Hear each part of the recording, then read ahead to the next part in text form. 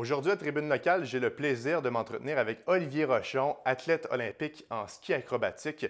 On va discuter de son parcours, mais aussi de l'expérience qu'il a vécue en Corée du Sud.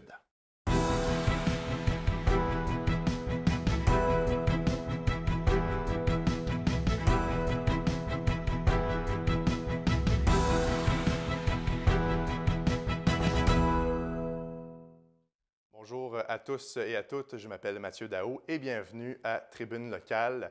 Il a terminé en 5e position lors des derniers Jeux olympiques qui se sont déroulés à Pyeongchang du 9 au 25 février dans l'épreuve de ski acrobatique. Il vient d'ici à Gatineau. Olivier Rochon, merci d'être avec nous. Ça fait plaisir, merci. C'est vraiment un plaisir d'accueillir un athlète olympique chez nous dans nos studios. J'ai vraiment plein de questions à te poser. Si tu le permets, on va commencer par le commencement. Le début. Tu as 28 ans, tu es né à Bucarest, en Roumanie. Ouais. C'est en quelle année que la famille a décidé de venir s'installer ici à Gatineau? C'est ça, moi je suis né en Roumanie en 89. Puis un an plus tard, j'ai été adopté par une famille, mes parents ici de Gatineau. Fait que depuis ce temps-là, c'est ça, là, je suis au Canada. Puis ça fait longtemps que je suis pas revenu dans la région à cause du sport, mais ça fait du bien de revenir, ouais. Et dans quel quartier, dans quel secteur tu as grandi ici? J'ai grandi dans le secteur Côte-d'Azur, proche du pont Alonso. Puis j'ai fait la moitié de mon secondaire à l'école de Lille en sport-études gymnastique. J'ai fini ma gymnastique en sport-études à Montréal, à l'école Antoine de Saint-Exupéry, pour ensuite, en 2006, vraiment faire un changement là, à cause de blessures, là. Donc, vraiment, avant le ski, il y avait toute une période de gymnastique. Ouais. Ça a duré en tout 11 ans. 11 ans, c'est Ouais. ça. 11 ans de gymnastique. Puis vers la fin de ma carrière, là, j'étais sur l'équipe nationale. J'étais espoir pour les Jeux de 2012. C'est sûr que c'était plus long, mais j'avais été sélectionné dans les athlètes potentiels là, de pouvoir faire partie de cette équipe-là. Malheureusement, j'ai eu des blessures au poignet ou qui ont mis fin à cette carrière-là, là. Et durant ces 11 années-là, tu faisais quand même du ski, mais pour le plaisir. Si on remonte à il y a plusieurs années, rappelle-nous, en fait, explique-nous ta première expérience lorsque tu as embarqué sur des skis pour la première fois. Une petite anecdote que je trouve assez comique, quand ma mère m'a mis en ski, mes parents, c'est des skieurs, puis où j'ai appris à skier à Edelweiss. Il y avait le professeur qui nous apprenait, puis il pensait que je pleurais à la fin de chaque descente. Puis là, ma mère est venue le voir, puis il disait, je comprends pas ce qu'il dit, j'étais tout emmitouflé avec, pour pas avoir froid. Fait que ma mère abaisse le cache-cou, elle dit, tu sais, qu'est-ce qu'il y a, Olivier? Puis j'ai dit, je vais aller plus vite, tu sais. Fait que ça, c'était vraiment un de mes souvenirs là, de mes débuts en ski, c'est que j'aimais ça aller vite, j'aimais ça descendre les pentes. Puis, tu sais, tranquillement, dans ce temps-là, c'était le programme, c'était NCD. Freestyle, il faut faire de la bosse puis tout ça. Fait que j'ai commencé là-bas avec Michael Crichton, c'était mon entraîneur, Dave Crichton, qui est un ancien pro skieur. Fait que ça, c'était vraiment des bons souvenirs quand Fortune et Edelweiss. Puis après ça, j'ai changé pour aller dans les Laurentides avec le Mont-Saint-Sauveur. Puis c'est là que j'ai rencontré toute l'équipe de boss, l'équipe nationale qui sont en ce moment, qui sont venus aux Jeux olympiques, là, Michael Kingsbury, Philippe Marquis. Fait que c'est tous des bons amis où nos chemins se sont séparés dans deux différents sports, mais on reste quand même assez proches, là. Tes proches te surnomment soit Holly ou Hollywood. Ouais. Ça vient d'où ce surnom-là? Hollywood, c'est plus dans le contexte où Hollywood do this. J'étais un peu casse-cou, j'ai pas trop peur d'essayer des nouveaux trucs, des affaires un peu flyées. Fait que c'est un peu de là que ça vient, Hollywood. C'est plus rare qu'on m'appelle comme ça. Ça, c'était plus l'ancienne équipe de Vancouver qui était là. Ça, j'étais le jeune, fait que j'étais un peu celui qui les poussait dans les fesses, là. Fait que, ouais. C'est officiellement en 2006, on peut dire ça, que tu as commencé ta carrière officiellement dans le ski acrobatique. Tu as participé à différentes compétitions mineures, notamment de la Coupe FIS et de la Nor-Am Cup. Est-ce que déjà, à cette période-là, tu prévoyais un jour atteindre les Olympiques? Mon objectif quand j'ai changé de sport pour venir ici, le ski acrobatique saut, c'était vraiment les Jeux de Vancouver. Les Jeux étaient au Canada, il y avait un gros budget, le programme de recrutement était vraiment bien installé. Ils sont allés recruter des athlètes comme moi, gymnastique, sinon trampoline, athlète de cirque, tout ce qui était vraiment acrobatique. Moi, je savais skier en plus, fait que c'était un plus, mais il y en a beaucoup là-dedans qui ont fallu apprendre à skier. Ils savaient déjà faire tout dans les airs, mais skier, c'est une partie importante quand il faut que tu atterrisses. Fait que c'est sûr que mon plan, c'était d'aller aux Jeux olympiques. Une progression de 4 ans pour me rendre à un niveau olympique, c'était très accéléré. En ski acrobatique, je te dis une progression normale là, de 0 jusqu'à la Coupe du Monde, c'est à peu près 6 à 8 ans pour vraiment être un athlète bien posé quand tu sautes, là. Fait qu'on a accéléré ça. J'avais le talent, j'avais l'expérience acrobatique. J'ai presque réussi, j'ai manqué d'un point. Fait que j'ai été remplaçant en jeu de Vancouver. J'ai eu comme un peu une expérience entre deux, là. J'étais bénévole pendant la journée pour aider à maintenir le site parce qu'il faisait chaud à Vancouver pour les jeux. Puis j'ai eu la chance de m'entraîner et d'être ouvert de piste. Donc avant la compétition, je saute puis tu réchauffes les juges un peu là, à voir des sauts, là. Fait que c'était vraiment le fun. C'était un peu des deux, mais j'aurais aimé ça participer, je te dis. C'est en 2008, si je ne me trompe pas, que tu as mis les pieds dans tout ce qui est circuit de la Coupe du Monde. Qu'est-ce que ça prend, Olivier, pour atteindre, en fait, comme athlète, pour atteindre ce niveau de compétition-là? À ce moment-là, je te disais que mon talent m'a beaucoup amené relativement facilement à ce niveau-là. Mais après ça, de maintenir une constance puis de vraiment rester au top, c'est difficile. En ski acrobatique, on est à peu près 30 hommes au monde. Puis je te dirais que les 15 premiers, on est pas mal presque au même niveau. Fait que les podiums, ça peut changer. Puis, mais c'est quand même le meilleur qui l'emporte. C'est ça, c'est le meilleur qui l'emporte. Mais des fois, c'est sûr que s'il y en a qui aiment moins ça quand il y a du vent, bien là, ça donne l'avantage à des personnes peut-être comme moi où je suis plus à l'aise avec le vent parce que le vent, c'est quelque chose qu'on ne contrôle pas puis qui va beaucoup affecter notre saut avec la vitesse qu'il nous faut pour prendre le saut. Fait que c'est vraiment... Ça prend de la discipline, ça prend de la maturité, ça prend beaucoup de sacrifices. Puis je pense qu'à ce moment-là, c'était peut-être pas des choses que j'étais à 100% pas d'accord, mais prêt à faire. Fait que j'ai manqué d'un point mes qualifications, mais je sais que si j'avais été plus sérieux, ça aurait été, je me serais qualifié. Ça, je suis absolument sûr de ça. Saison 2010-2011, aucune compétition. Tu n'as pas participé à aucune compétition, même que tu as été suspendu de l'équipe nationale. Qu'est-ce qui s'est passé exactement? Ah, ben, tu sais, ça reste dans le même vibe que j'étais pas sérieux, je sortais. Tu sais, pendant le camp d'entraînement, à cet âge-là, tu sais, j'étais quand même jeune, puis on aimait ça, tu sais, faire le party. Puis, tu sais, je vivais un peu ma jeunesse que j'avais pas pu vivre en gymnastique à cause que je m'entraînais tout le temps. Puis quand j'ai changé de sport, justement, l'encadrement était un peu différent. Tu sais, gymnastique, c'est quand même assez strict puis suivi. J'étais en appartement à Montréal, mais tu sais, j'avais quand même un certain encadrement. Mais quand je suis arrivé en ski, c'était un peu une autre mentalité. Tu sais, c'est dans le temps avec les Laroche puis Nicolas Fontaine. Tu sais, on sait que c'est un monde de freestyle, du monde un peu plus libre. Fait que je me suis comme laissé un peu emporter là-dedans. Puis ça n'a pas été super bien parce que justement, ça m'a amené à une suspension. Puis je pense que cette suspension-là est un moment vraiment tournant dans ma carrière où j'ai réalisé que, tu sais, c'est pas juste... Oui, je m'amuse, mais c'est mon travail. Je représente le Canada, je représente mon équipe, mes coéquipiers. Fait que je pense que ça a été un moment tournant dans ma carrière pour le bien, seulement du positif qui est sorti de là. Et durant cette pause-là, durant la saison, tu as notamment consulté un psychologue sportif, tu as pris du temps pour toi. Est-ce que ça a vraiment changé tes attitudes envers ton sport? Ah, complètement. Ouais. C'est sûr que comme notre psychologue sportif, j'ai commencé avec lui en 2007, je pense. Fait qu'on avait quand même quelques années derrière nous où on se connaissait bien. Puis en même temps, ben, j'ai travaillé comme entraîneur de boss dans le nouveau programme au Massif de ski de boss qui avait commencé. Fait que j'ai eu vraiment l'envers de la médaille de ce qu'est le sport en tant qu'entraîneur. J'avais un groupe de jeunes, j'avais jamais entraîné avant. Fait que ça m'a vraiment donné peut-être une perspective différente de ce qu'un athlète, comment un athlète devrait se comporter. Puis j'ai eu la chance d'avoir un groupe super cool avec moi. Fait que ça m'a dit, bon, ben, tu sais, c'est... Oui, si je suis athlète, je t'agis comme ça, mais comment les entraîneurs voient ça? Fait que ça m'a vraiment donné une bonne idée.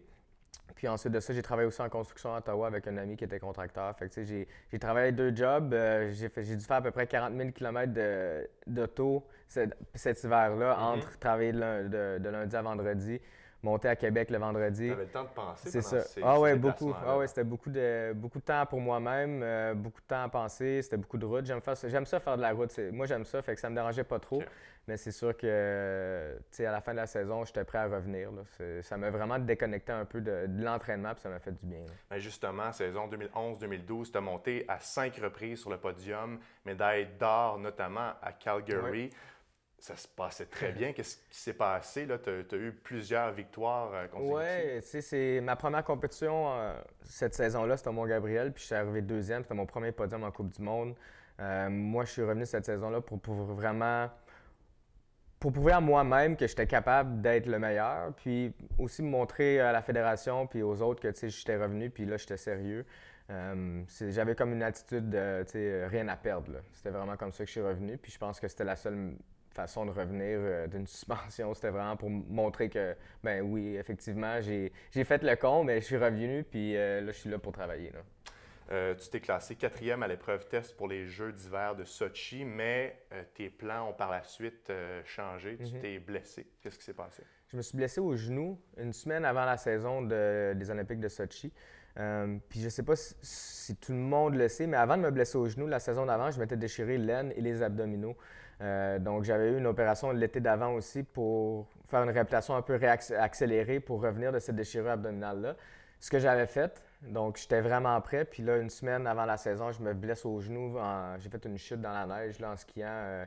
Il y avait de la poudreuse, on était allé skier, puis j'avais mes skis de saut qui sont pas des skis de poudreuse. Fait que c'était pas la première fois qu'on faisait ça, mais j'ai perdu l'équilibre tout bêtement. Puis mon genou a twisté, j'ai entendu le bruit, puis c'était fini là, après ça. Là. Lorsqu'on fait ce sport-là, il faut s'attendre à se blesser. Est-ce que c'est inévitable ou c'est parce que tu es plus casse-cou que les autres? Non, je pense que c'est inévitable, puis c'est inévitable comme dans n'importe quel sport extrême. Je pense que tout athlète peut se blesser. Ce qui est important, c'est de prévenir ça. Donc, tu sais, c'est tout le temps de suivre ce que l'entraîneur physique va te dire, le réchauffement. Puis, c'est sûr que ça peut arriver, mais on essaie d'éviter ça. Puis, même si moi, je me suis quand même beaucoup blessé dans ma carrière, ça a été quand même des blessures mineures comme des blessures majeures, mais je crois que toute blessure, on peut revenir. Là. Tu sais, il y en a des plus sérieuses que d'autres, mais si on veut, on peut. Puis, je pense que c'est ça que j'ai fait toute ma carrière. Là.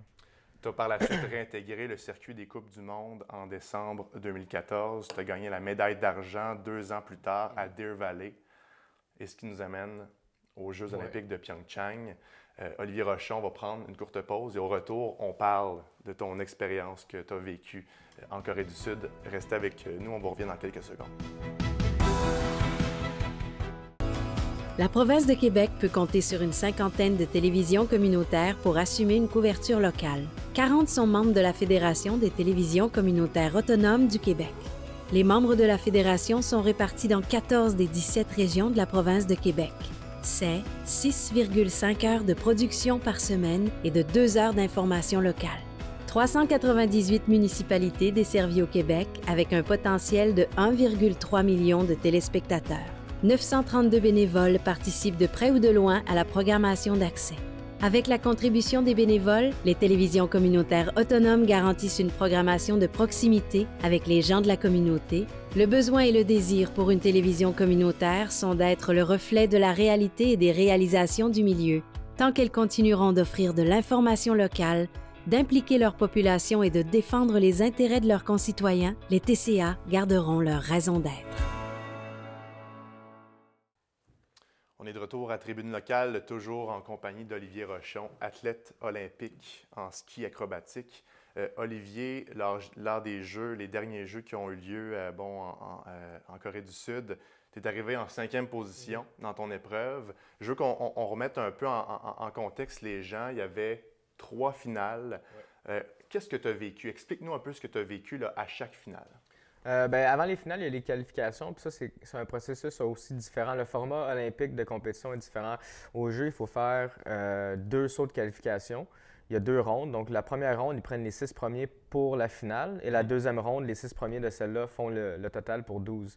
Donc, le plan, c'était vraiment essayer de se qualifier dans le premier top 6 de la première ronde de qualification pour éviter de devoir faire un autre saut puis peut-être risquer de ne pas se qualifier.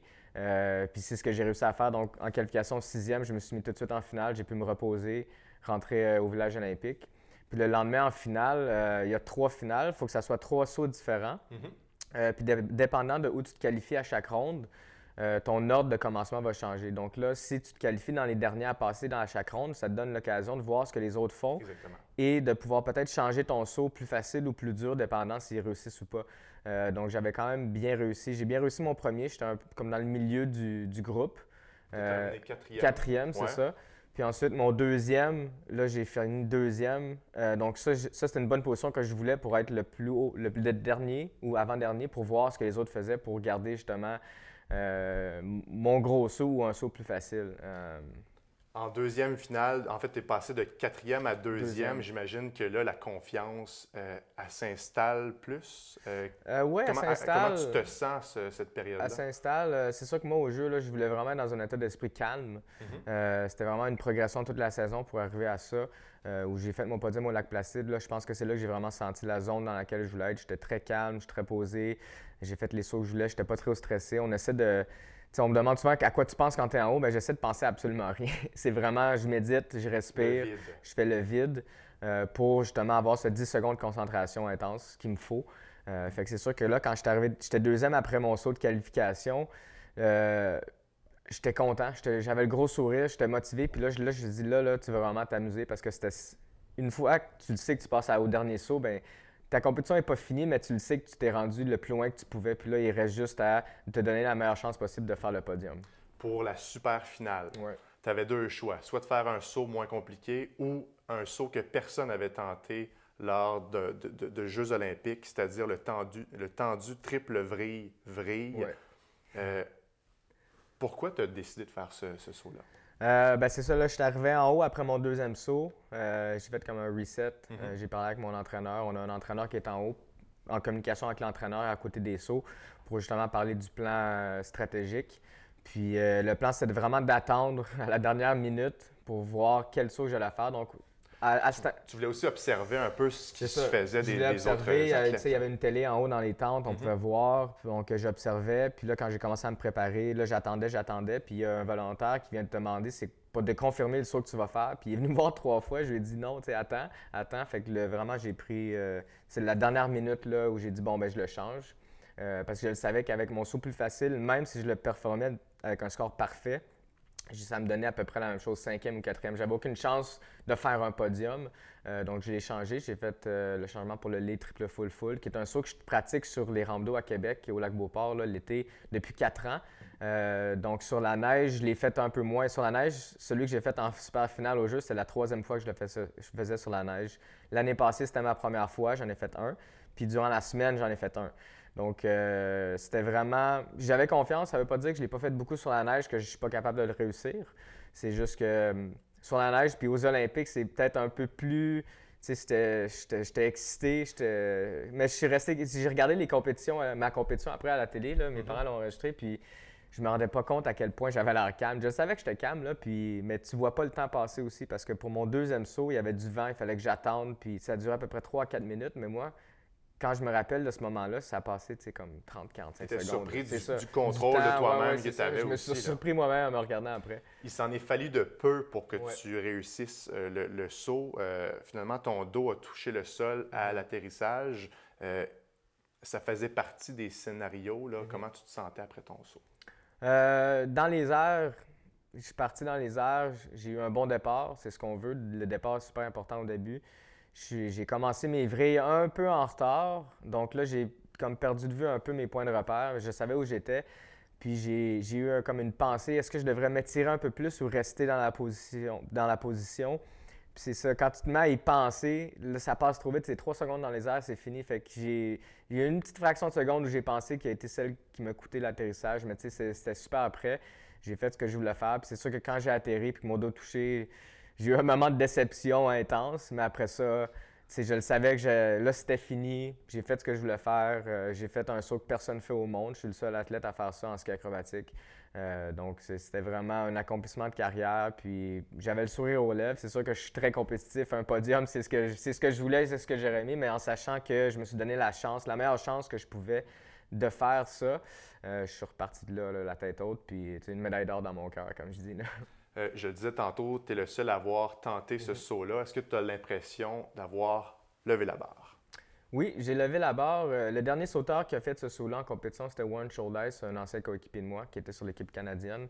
Il a gagné ses derniers championnats du monde en 2011 avec ce saut-là, avec un score parfait de 136. Donc, c'est sûr que j'ai encore mes croûtes à manger par rapport à ce saut-là, mais j'aime ça dire que c'est comme une sorte de tradition canadienne parce que lui et moi sommes les seuls au monde dans l'histoire du ski acrobatique à avoir fait ce saut-là sur la neige. Je veux que tu nous parles, Olivier, de l'expérience que tu as vécue à Pyeongchang, en Corée du Sud, la culture, l'ambiance. Est-ce que ça t'a impressionné? Oui, ça m'a impressionné. On était allé faire des événements en test l'année d'avant pour voir un peu les infrastructures. Puis je te dirais que cette année-là, on a pu visiter un peu plus la ville, puis la nourriture, vraiment la culture. Puis quand on est arrivé au jeu, c'est sûr que là, on est plus encadré, c'est les jeux. Donc, il y avait le village, puis notre compétition, c'était juste un peu passer la moitié. Donc, je suis resté un peu dans ma bulle. Je voulais pas trop me déconcentrer. Je voulais vraiment rester dans ce que je voulais faire. Puis après les Jeux, c'est sûr qu'une fois la compétition était finie, moi, j'ai eu comme un gros relâchement sur mes épaules qui s'est levé, mais aussi une grosse fatigue qui s'est installée. Là. J'ai regardé des événements, mais à la télé, je suis pas allé. J'ai aimé ça, mais j'étais vraiment trop fatigué. Tu t'es reposé Je me suis reposé, ouais. j'ai dormi, j'ai mangé. C'est pas mal, c'est pas mal juste ça que j'ai fait pour le restant des Jeux. Je suis même pas sorti. Non, j'étais très fatigué, je te dirais, physiquement, mentalement. Là, ça va mieux, mais j'avais hâte là, à des vacances. Puis, tu sais, c'est un cycle de 4 ans. Donc, c'est le 3e que je fais en ski acrobatique. C'est dur sur le corps, je suis rendu plus vieux. Donc, ça va être. Là, je me repose encore. Là, j'en profite, puis je suis super content de ce que j'ai fait au jeu. L'expérience globale était excellente. Là.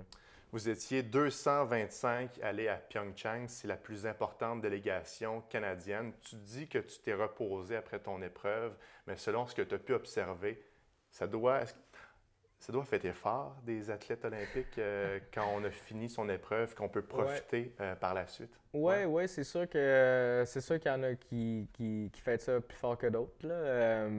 Je pense que c'est tout le monde qui finit leur compétition, c'est juste un relâchement. Même une bonne ou mauvaise performance, tout le monde est content. Puis c'est tous des athlètes qu'on a la chance de rencontrer avant les Jeux aussi, dans les années précédentes, avec des réunions du COC pour justement, même si tu ne les connais pas personnellement, tu connais les visages, tu connais les noms, fait que tout le monde se connaît un petit peu, fait que ça fait comme une grosse famille. Là. Ouais. Tu parlais de Québec tantôt, mais un skieur acrobatique comme toi, où on s'entraîne exactement? L'été, notre entraînement se passe exclusivement à Québec, sur les rampes d'eau au lac Beauport, sinon aussi dans le gym à l'Université Laval, au PEPS. C'est vraiment là notre centre d'entraînement. Puis l'hiver, le seul site dans l'Est là, qui est accessible pour les jeunes s'ils veulent commencer ça, c'est au lac Beauport aussi, à la montagne Le Relais. Il y a un petit site de saut, puis c'est là que le programme là, de commencer, tu peux faire de la bosse, tu peux faire du saut, tu peux faire du slopestyle un peu, je pense. Fait que c'est vraiment la région de Québec, c'est dans l'Est. Il y a déjà eu un temps où la plupart des athlètes sur l'équipe canadienne venaient de l'Ouest, mais depuis 2006, ça a changé. Puis je te dirais que les prochains athlètes, les jeunes, là, c'est tous des Québécois. Là.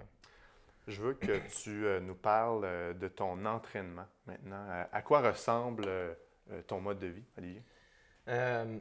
Avant les Jeux, l'entraînement, c'est 6 jours semaine. Lundi, mardi, on va sauter sur les rampes d'eau. On va faire un peu de gym. Le mercredi, ça va être de la physio avec un cardio. Puis jeudi, vendredi, samedi sur les rampes d'eau. Dimanche, c'est notre seule journée vraiment de congé complet. Puis ça, c'est avec des périodisations de camp d'entraînement de 2 semaines, avec 1 semaine de congé, 2 semaines, 1 semaine de congé. Le début de l'été commence tout le temps avec un camp d'entraînement seulement dans le gym d'à peu près 5 semaines. Et l'été finit avec un camp d'entraînement de 5 semaines aussi pour se mettre dans la meilleure forme possible avant l'hiver. Parce que l'hiver, on n'a pas beaucoup la chance de se concentrer sur tout ce qui est physique, dépendant d'où on va. Les gyms ne sont pas nécessairement accessibles. Qu'est-ce que tu trouves le plus difficile de ton métier? Le plus difficile, c'est les journées de voyagement qui peuvent être pas nécessairement comme tu veux. Je sais que cet hiver, on a eu on a manqué des vols à cause des tempêtes, donc ça rend les journées très, très longues, même plusieurs journées. Tu sais, des fois, on a été assis pendant 4 heures dans l'avion à attendre de partir. Finalement, on n'est pas parti. Ça a été le lendemain, on a perdu des valises, il a fallu les retrouver. Tu sais, je te dis, le voyagement là, à la longue, ça devient difficile. Puis le décalage, l'hiver, le décalage horaire, on n'a pas le temps de s'habituer nécessairement à un endroit. Fait que tu deviens un peu sur ton propre horaire. C'est toi qui décides quand tu dors, c'est quand faire tes siestes, quand manger, quoi manger. Ça, à la longue, ça peut devenir difficile, mais en bout de ligne, ça vaut la peine. Oh oui, définitivement. 2 dernières questions pour toi. Premièrement, quelqu'un qui fait du ski peut-être acrobatique, oui, qui aimerait peut-être un jour atteindre le niveau olympique. Qu'est-ce que tu aurais comme conseil à dire à cette personne-là? Bien, de jamais perdre son objectif de vue. Puis c'est sûr que si tu regardes ça à long terme, ça peut être un peu imposant, mais d'y aller journée par journée, de s'amuser, puis de faire confiance à son corps sur la progression qu'il va t'accorder. Là. Et ce qui s'en vient pour toi, ça ressemble à quoi? J'imagine qu'on va te revoir aux prochains Jeux olympiques d'hiver. Oui, je fais un autre cycle olympique. Puis là, je prends les vacances, je ne sais pas encore combien de temps, mais je vais prendre les vacances. Puis après ça, l'entraînement, on va recommencer ça. Puis ça va changer un peu de la façon aussi. Je suis rendu plus vieux. Je vais m'entraîner plus par rapport à garder mon corps en forme, parce que je sais que si mon corps est en forme, le reste vient assez facilement de sauter. J'ai fait ça assez longtemps pour que mon corps sache les mouvements qu'il faut faire. Donc, ça va être vraiment un autre cycle olympique, puis ça serait probablement mon dernier. Olivier Rochon, athlète olympique en ski acrobatique, ça a été un plaisir de te rencontrer. Merci. Je te souhaite tout le bonheur du monde au cours des prochaines années. Super, merci. Merci d'avoir été avec nous. On se revoit la semaine prochaine. Au revoir.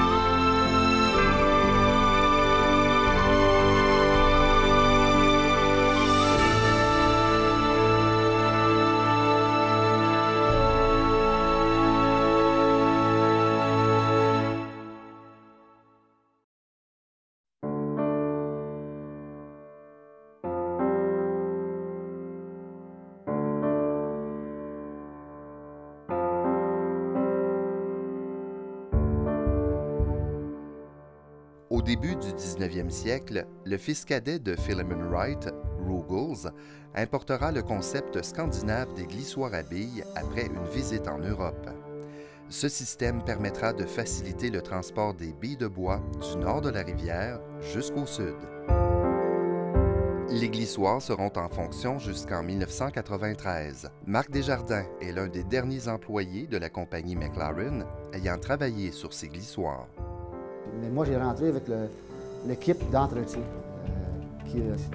Notre tâche était d'entretenir la dalle à l'été, aussi bien qu'à l'hiver. Le bois était coupé dans le nord à l'hiver, puis ensuite c'était déposé dans la rivière. Là, on l'amenait jusqu'à l'usine de Poupart pour qu'il soit tout écorcé à Poupart. On le remettait dans la rivière, puis on l'amenait jusqu'à la Gap qu'on appelait, qui était au nord du château d'eau, pour ensuite le passer dans la dalle. Ça descendait tout le long de la rivière jusqu'à Masson, à peu près 4 ou 5 km. C'est un terrain beaucoup accidenté, fait que le premier demi-mille, les fondations avaient été faites par la grosse machinerie parce que c'était tellement sableux qu'on ne pouvait pas faire seulement des fondations sur terre. Ça avait été des piliers qui avaient été rentrés de 25-30 pieds dans la terre. Là, la rivière, on avait une grosse porte de fer qu'on montait ou on descendait. Ensuite, quand on partait, on ouvrait cette porte-là pour laisser rentrer l'eau dans la dalle. C'est avec ça qu'on pouvait garder notre niveau d'eau. Au début, c'était avec des téléphones que tu crains, puis que tu appelles à pompe-passe, qu'on appelait ça, pour dire, bien là, regarde, mon eau est un pouce trop haut, un pouce trop bas. Mets-moi ça au bon niveau. C'était beaucoup de maintenance, mais c'était vraiment intéressant. Puis je pense que dans ce temps-là, c'était vraiment plus économique qu'après qu'on est obligé d'aller avec les camions, etc.